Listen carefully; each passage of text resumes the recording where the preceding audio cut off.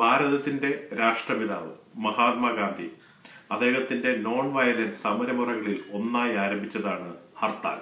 മഹാത്മാഗാന്ധി ഹർത്താൽ കൊണ്ട് അന്ന് ഉദ്ദേശിച്ചത് ഗുജറാത്തിലെ ജനങ്ങൾ ബ്രിട്ടീഷ് ഗവൺമെന്റിനോടുള്ള എതിർപ്പ് ഒരു പാസീവായിട്ടുള്ള സമരമുറകളിലൂടെ, അതായത് സ്വന്തമായ ഓഫീസുകളും വ്യവസായ സ്ഥാപനങ്ങളും അടച്ചിട്ട് കാണിക്കുക എന്നുള്ളതാണ്. ബ്രിട്ടീഷ് കൊളോണിയൽ ഭരണം ഇന്ത്യയിൽ നിന്ന് മാറിപ്പോയതിനു ശേഷം ജനപ്രിയരായ നേതാക്കന്മാർ മരിക്കുമ്പോൾ ദുഃഖാചരണത്തിന് മാത്രമായിരുന്നു ഹർത്താലുകൾ ഉപയോഗിച്ചിരുന്നത്. എന്നാൽ അത് കഴിഞ്ഞ് പാകിസ്ഥാനിലും ബംഗ്ലാദേശിലും രാഷ്ട്രീയ പാർട്ടികളുടെ ശക്തി കാണിക്കാനുള്ള ഒരു ഉപകരണം മാത്രമായി ഹർത്താലുകൾ മാറി. ഇപ്പോഴിതാ കേരളത്തിലും രാഷ്ട്രീയ പാർട്ടികളുടെ ശക്തി കാണിക്കാനുള്ള ഒരു ഉപകരണമായി ഹർത്താലുകൾ മാറിയിരിക്കുകയാണ്. ഇങ്ങനെയുള്ള ഒരു ഹർത്താൽ ദിവസം കേരളത്തിലെത്താൻ ഭാഗ്യം ലഭിച്ച ഒരു ഹതഭാഗ്യനാണ് ഞാൻ. ദൈവത്തിന്റെ സ്വന്തം നാടായ കേരളത്തിൽ എന്തിന് നിങ്ങൾ ഹർത്താൽ നടത്തുന്നു എന്ന് 2 മുനിസിപ്പൽ കൗൺസിലർമാരോട് ചോദിച്ചപ്പോൾ അവർ തന്ന മറുപടി കേട്ട് സുഹൃത്തുക്കളെ ഞാൻ ഞെട്ടിത്തരിച്ചിരുന്നു പോയി. തിരക്കേറിയ MC റോഡായിരുന്നു ഇന്നലെ വരെ. പക്ഷെ ഇന്ന് അത് മൊത്തം MD ആയിപ്പോയി. ചോദിച്ചപ്പോഴത്തേക്ക് അത് ഇന്ന് ബന്ധാണെന്ന് അറിയാൻ പറ്റി. അതായത് കേരളത്തിൽ മൊത്തം ജനജീവിതം സ്തംഭിപ്പിക്കുന്ന ഒരു ബന്ധു പോലെയായി. വല്ലപ്പോഴും കാളവണ്ടി പോകുന്ന പോലെ 2 വീലേഴ്സ് അങ്ങോട്ടും ഇങ്ങോട്ടും പോയിക്കൊണ്ടിരിക്കുന്നു. ഇന്ന് ഞാൻ ബേസിക്കലി ഇവിടെ സ്റ്റക്കായിപ്പോയി. കാരണം ഒരു കാറും അതുപോലെ തന്നെ ബൈക്കും ഒന്നും ഓടിക്കാൻ പറ്റത്തില്ല. കാരണം അത് ബന്ദ് ആയതുകൊണ്ട് ജനജീവനെ സ്തംഭിപ്പിക്കുക എന്നുള്ള ഒരു ബേസിക് ഒരു പ്രസ്ഥാനമാണ്. ആ കോട്ടയം നഗരസഭയുടെ 2 കൗൺസിലേഴ്സിനെ ഇപ്പോൾ തന്നെ കണ്ടിട്ടുണ്ട്. അവരെ നമുക്കൊന്ന് പരിചയപ്പെടുകയും അവരോട് നമുക്ക് ഇതിനെപ്പറ്റി കൂടുതൽ ഇൻഫർമേഷൻ കിട്ടാനായിട്ട് അവരെ സമീപിക്കാം. നമ്മുടെ കൂട്ടത്തിൽ ഇപ്പോൾ നിൽക്കുന്നത് കോട്ടയം നഗരസഭയുടെ 2 മുനിസിപ്പൽ കൗൺസിലേഴ്സാണ്. മിസ്റ്റർ റോയ് TCയും ജയകൃഷ്ണനുമാണ്. അപ്പോൾ ഇവരെക്കുറിച്ച് ഒരു ഇവിടുത്തെ കോട്ടയത്തെ പൊതുപ്രവർത്തകരാണ്, യുവാക്കളാണ്.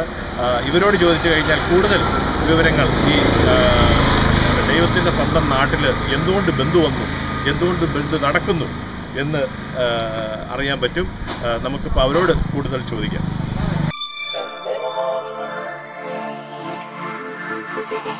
ആദ്യമായിട്ട് നമുക്ക് മിസ്റ്റർ TC റോയിയോട് ചോദിക്കാം.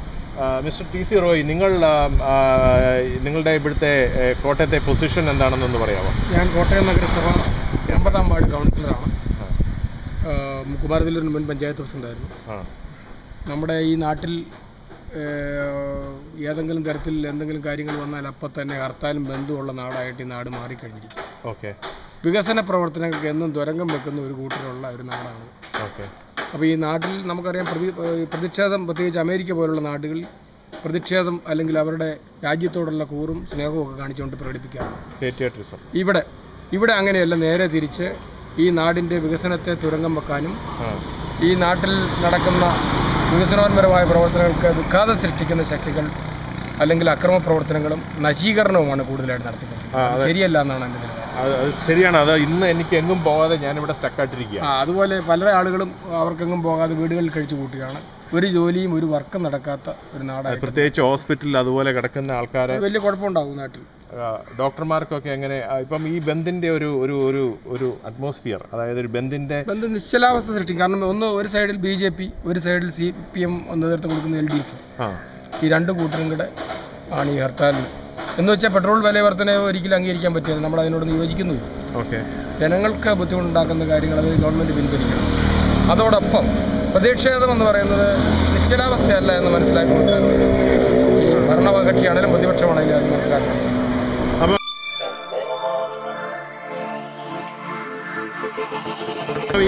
ഈ ബന്ധമുണ്ട് ഇവരെന്താണ് നേടുന്നത്? ഒന്നും നേടുന്നില്ല. പിന്നെ ഇതെന്തിനാണ് ഇങ്ങനെ ആൾക്കാരെ ബുദ്ധിമുട്ടിപ്പിക്കുന്നത്? ജനങ്ങൾക്ക് ഏത് പട്ടിക്കുറുക്കം ബന്ധം നടത്തിയാലും ആരും നടത്തിയാലും നാട് സ്തംഭിക്കും. അല്ല കണ്ണൻ പറയട്ടെ. ഓക്കെ, കണ്ണൻ ഇതിനെപ്പറ്റി എന്താണ് അഭിപ്രായം? ഈ ബന്ദ്, അതായത് നിങ്ങൾ പുതിയ തലമുറയുടെ വളർന്നു വരുന്ന ജനനേതാക്കളാണ്. അപ്പോൾ ഈ ബന്ദിനെ കുറിച്ച്, അതായത് ഇപ്പോൾ വളരെ നിശ്ചലാവസ്ഥ സംഭവിച്ചുകൊണ്ട് ഒരു കടകളും തുറന്നിട്ടില്ല, ഒരു സാധനവും മേടിക്കാൻ പറ്റുന്നില്ല, അതുപോലെ എങ്ങും പോകാനും പറ്റുന്നില്ല, നടന്നേ പോകാൻ പറ്റുന്നുള്ളൂ. ഇപ്പോൾ അപ്പോൾ ഇതിനെക്കുറിച്ച് കോട്ടയം നഗരസഭയുടെ കൗൺസിലർ എന്ന നിലയിൽ ജയകൃഷ്ണൻ എന്ത് പറയുന്നു? ശരിക്കും ഞാൻ 2 ടേമായിട്ട് കോട്ടയം മുനിസിപ്പാലിറ്റിയുടെ കൗൺസിലറായിരുന്നു. ഇപ്രാവശ്യം എൻ്റെ വൈഫ് അനുഷ കൃഷ്ണയാണ് എന്നെ വാർഡ് പ്രതിനിധീകരിച്ച് കൗൺസിലറായിരുന്നു. ഓക്കെ. ഞാൻ നിലവിൽ പൊതുപ്രവർത്തനം ഇപ്പോഴും ഞാൻ തന്നെ പൊതുപ്രവർത്തനം രംഗത്ത് തന്നെ ഉള്ള ആളുമാണ്. ഓക്കെ. നമ്മൾ നേരത്തെ സൂചിപ്പിച്ച ഒരു കാര്യം, ദൈവത്തിൻ്റെ സ്വന്തം നാടാണ്. അതായത് ഇവിടുത്തെ എല്ലാവർക്കും ദൈവഭയവും നന്നായിട്ട് ജീവിക്കണമെന്ന്, അതേ പ്രശ്നം ഉണ്ടാകാതെ ജീവിക്കണം എന്നുള്ള ആൾക്കാരാണ് നമ്മളിവിടെ കൂടുതലുള്ളത്. അത് ചൂഷണം ചെയ്തുകൊണ്ടും അതിനെ ഇങ്ങനെ അത് നമ്മുടെ പ്രതികരണശേഷി നഷ്ടപ്പെടുന്ന രീതിയിലുള്ള ഒരു പ്രവർത്തനമാണ് LDFിൻ്റെ ഭാഗത്തുനിന്നും BJPയുടെ ഭാഗത്തുനിന്നും ഇപ്പം നിലവിലുണ്ടായിക്കൊണ്ടിരിക്കുന്നത്.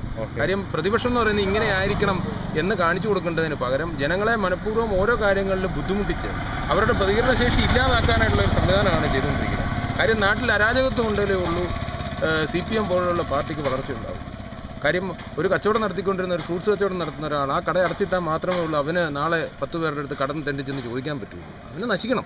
അതാണ് ഈ നാടിൻ്റെ ഒരു ശാപമായി മാറിയിരിക്കുന്നതല്ലേ അതിനകത്തെ കാര്യം. തീർച്ചയായിട്ടും നമ്മളിവിടെ ആൾക്കാർ നശിക്കുന്ന രീതിയിലേക്ക് വരണം. ഇവിടെ എന്ത് സമത്വം എന്ത് പറഞ്ഞു തൊഴിൽപരമായിട്ടും ബിസിനസ്പരമായിട്ടും ഇവിടുത്തെ ആൾക്കാർ അരാജകത്വം ഉണ്ടാകുക നാട്ടിൽ. എന്നാൽ മാത്രമേ ഉള്ളൂ ഇവിടെ ഈ പാർട്ടിക്ക് വളർച്ച ഉണ്ടാവുള്ളൂ എന്ന് മനസ്സിലാക്കി വികസനത്തിനല്ല ഒരു മുൻതൂക്കം കൊടുക്കും. അപ്പോൾ ഈ ബന്ധം ഉണ്ടാക്കി കട അടച്ചിട്ടുകൊണ്ട് എങ്ങനെ ഈ ഡോമിനേറ്റ് ചെയ്തിരിക്കുന്ന ഒരു പാർട്ടി വളരാൻ പറ്റും? അതാണ് പ്രശ്നം. അവർ നാളെ ഇവരുടെ കാൽക്കെട്ടിൽ വീഴണം.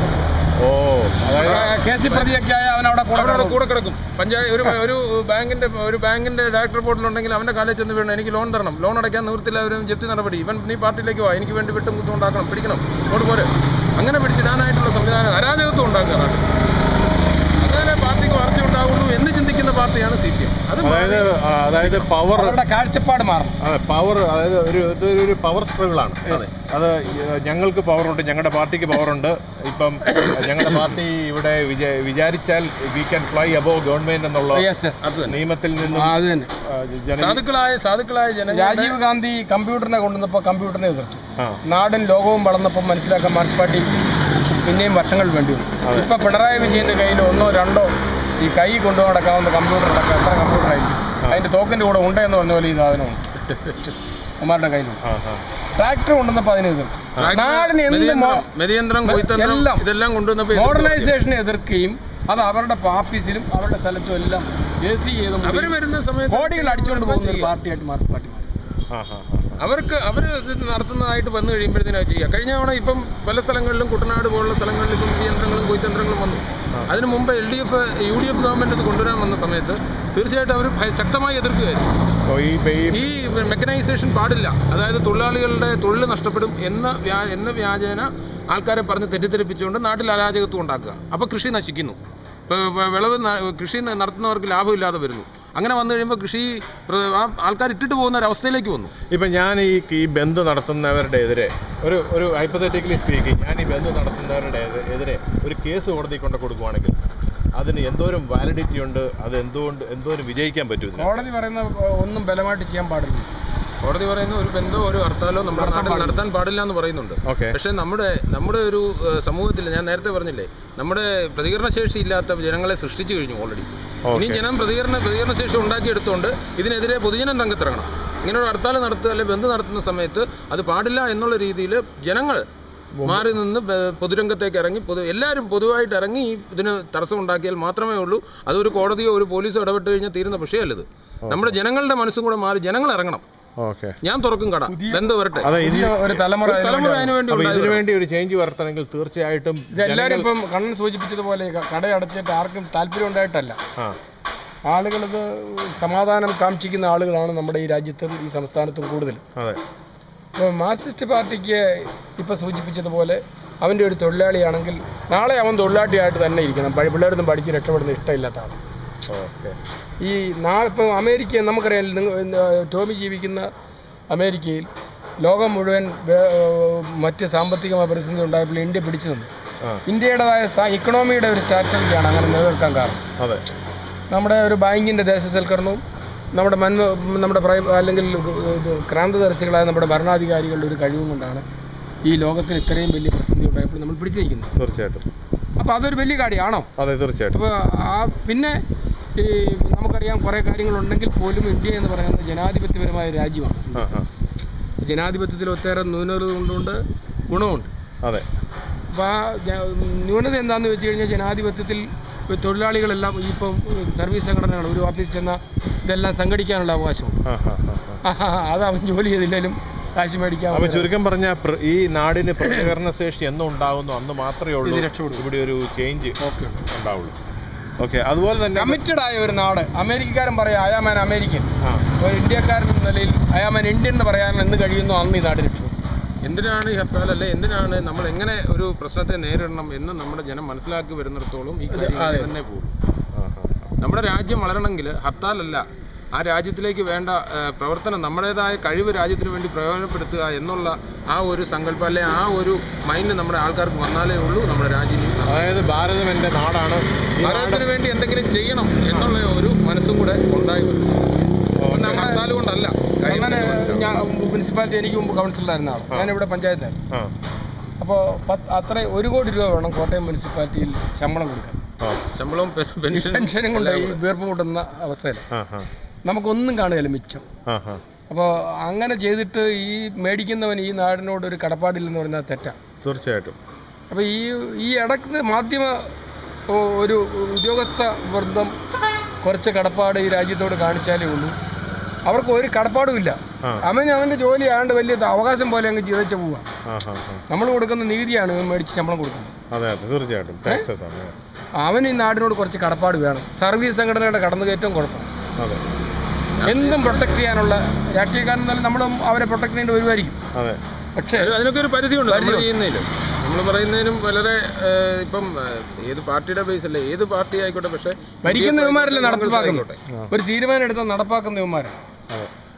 അതുപോലെ തന്നെ അതായത് ബേസിക്കലി എന്നാന്ന് വെച്ച് കഴിഞ്ഞാൽ ഓരോ ഭാരതീയനും ഓരോ കേരളീയനും ഭാരതം എൻ്റെ നാടാണ്, അല്ലെ കേരളം എൻ്റെ നാടാണ്, ഇതിനെ തെറ്റായിട്ടാണ് ദൈവത്തിൻ്റെ സ്വന്തം നാടെന്ന് ആരോ നേരിട്ട് നാമകരണം ചെയ്തതെന്ന് മനസ്സിലാക്കി അത് തിരുത്തി ഒരു പുതിയ കേരളത്തെ സൃഷ്ടിക്കാനായിട്ട് രംഗത്തെത്തിയാൽ മാത്രമേ ഈ കേരളം ഇവിടെ ആന്റി കറപ്ഷനെതിരെ ഒരു ശക്തമായ മുന്നേറ്റം.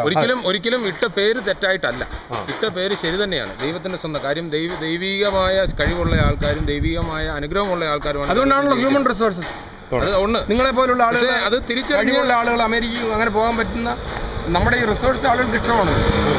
ഹ്യൂമൻ റിസോഴ്സ് ഏറ്റവും വലിയ ശക്തിയല്ലേ. അത് തന്നെ. പിന്നെ നമ്മൾ തീർച്ചയായിട്ടും നമ്മൾ ചെയ്യേണ്ടത് അതിന് ആ ദൈവത്തിൻ്റെ സ്വന്തം നാടിനെ എങ്ങനെ നമ്മൾ പരിരക്ഷിക്കണം, അല്ലെ എങ്ങനെ നമ്മൾ കൊണ്ടു നടക്കണം എന്ന് നമ്മൾ മനസ്സിലാക്കുക.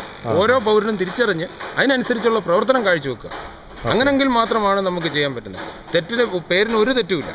സത്യമായിട്ടും ശരിയായിട്ടുള്ള പേര് തന്നെയാണത്. അതിനകത്ത് ഒരു തെറ്റുമില്ല.